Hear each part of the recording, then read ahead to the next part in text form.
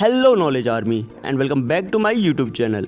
तो आज की इस अमेजिंग वीडियो में मैं आपको बताऊंगा उस शख्स के बारे में जिसने अकेले ही सिर्फ एक कंप्यूटर की मदद से पूरे नासा को परेशान करके रख दिया था। हाँ दोस्तों, आज मैं बात करूंगा गैरी मैकनन के बारे में और आपको बताऊंगा इनकी जर्नी दुनिया के सबसे बड़े हैकर बनने तक की और क्यों इन्हें द यूएफए हैकर के नाम से जाना जाता है। तो आपको क्या करना है, आपको सिर्फ ये वीडियो एंड तक देखना है और हमारे चैनल द नॉलेज एरा को सब्सक्राइब करना है। और एक चीज़ जो मैं आपको बताना चाहूँगा कि मेरे चैनल में 60% लोग वीडियो तो देखते हैं लेकिन चैनल को सब्सक्राइब नहीं करते। सो दोस्तों, go and press the subscribe button. So let's start this amazing video. Gary McKinnon. तो गैरी का जन्म 10 फरवरी 1966 में हुआ था और बचपन से ही इन्हें कंप्यूटर में बहुत इंटरेस्ट था। यह अपने स्कूल में कंप्यूटर में सबसे इंटेलिजेंट बच्चों में से एक थे। तो अब बात करते हैं कि इन्होंने ऐसा क्या किया जो इनका नाम इतिहास में छप गया। इस आदमी ने नासा और यूएस मिलिट्री के 97 कंप्यूटर्स को हैक कर लिया था और फिर बाद में यह उसमें पकड़े भी गए। तो 2001 और 2002 के बीच ये बहुत ही एक्टिव थे और एक दिन इन्होंने अपनी गर्लफ्रेंड की चाची के घर बैठकर सोलो नाम से 97 कंप्यूटर्स को हैक कर दिया था, जिसमें इन्होंने अपना हैकिंग नाम सोलो रखा था। और जब ये पकड़े गए तो इन्होंने ये दावा किया कि यह हैकिंग इन्होंने पैसे के लिए नहीं की थी, बल्कि उस समय नासा एनर्जी कंजर्वेशन के ऊपर काम कर रही थी। तो यह उसके बारे में जानना चाहते थे और इन्हें शक था कि यूएसए आम नागरिकों से एलियन इन्वेजन के बारे में कुछ बात छुपा रही है। और ऐसा माना जाता है कि यूएसए के एरिया 51 में यूएसए साइंटिस्ट एलियन या फिर एलियन टेक्नोलॉजी के ऊपर शोध करते थे और गैरी को शक था कि यूएसए यूएफओस के ऊपर स्टडी कर रही है और इसी क्यूरियोसिटी ने गैरी से ये हैकिंग करवाई। लेकिन क्राइम तो क्राइम है, आप ऐसे ही किसी के भी कंप्यूटर और डाटा को हैक नहीं कर सकते हो। और जब यूएसए मिलिट्रीज ने गैरी से इसके बारे में और भी पूछताछ करी तो गैरी ने यह बताया कि उन 97 कंप्यूटर में से एक कंप्यूटर में उन्होंने एक ऐसा वायरस छोड़ दिया था जिससे वह उस कंप्यूटर को बाद में भी एक्सेस कर सके और उन्हें आगे जाके कोई प्रॉब्लम ना आए, जो कि एक बहुत ही बड़ा क्राइम है।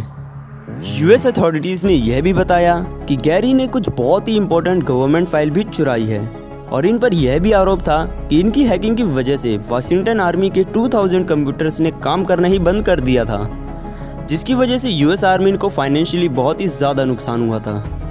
अब आपको यूएसए में सितंबर 2001 में जो टेररिस्ट अटैक हुआ था उसके बारे में तो पता ही होगा। तो इन जनाब के ऊपर यह भी आरोप था कि इस अटैक के बाद इन्होंने अमेरिकी नेवी के एविएशन एंड ट्रांसफर इंफॉर्मेशन के सारे लॉग्स डिलीट कर दिए थे। इसका मतलब जितने भी weapons, bomb and defence machine होती है अमेरिका की, जो एक जगह से दूसरी जगह ट्रांसफ़र करी गई थी, तो इस आदमी गैरी मैकलोन ने उसका सारा रिकॉर्ड ही डिलीट कर दिया था। और इसकी वजह से जितने भी वेपन्स जो ट्रांसफ़र होने वाले थे नेवी तक, वो रुक गए, नहीं पहुँच पाए नेवी तक। अब जहाँ तक इन्होंने नासा को हैक करके यूएफओस और एलियंस के बारे में इंफॉर्मेशन निकालने की सोची थी, वहाँ तक तो मैं मान सकता हूँ कि वो सब उनकी क्यूरियोसिटी थी, जिज्ञासा थी यूएफओस के बारे में जानने की। बट मिलिट्री वर्क में दखल अंदाजी करना, ये कुछ समझ नहीं आया। सो दोस्तों, कैन यू गेस, इतने सारे हैकिंग अटैक्स करने के बाद भी इस व्यक्ति को क्या सज़ा मिली होगी? तो इन्हें मिली थी 70 साल की जेल, या फिर इन्हें ऐसे किसी टापू पर छोड़ दिया जाता जहाँ पर कोई भी कंप्यूटर, नेटवर्क और इंटरनेट का नामो निशान ना हो।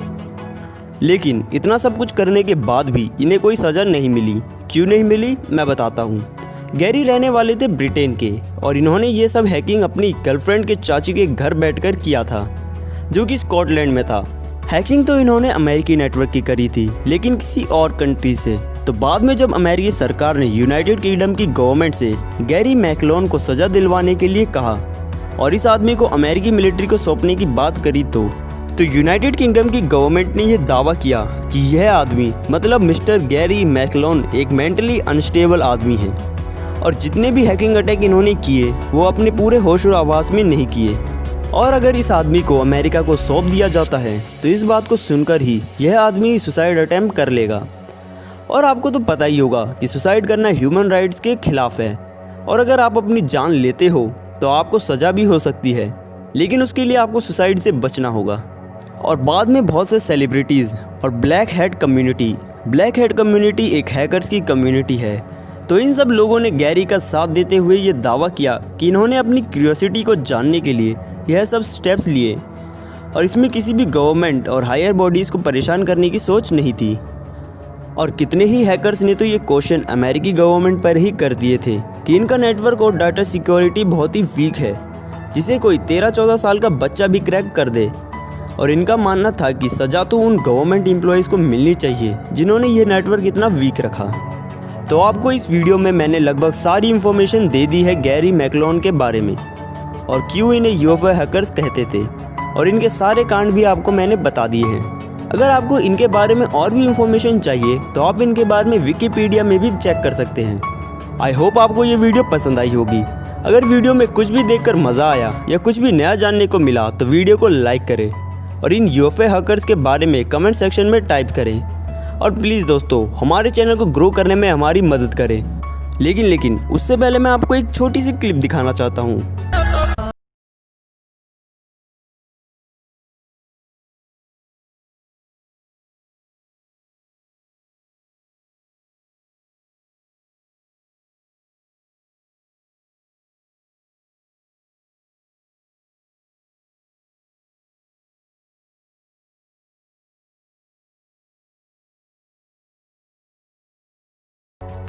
अब भाई, जब इस वीडियो को इतने व्यूज़ और लाइक मिल सकते हैं तो मेरी वीडियो को क्यों नहीं।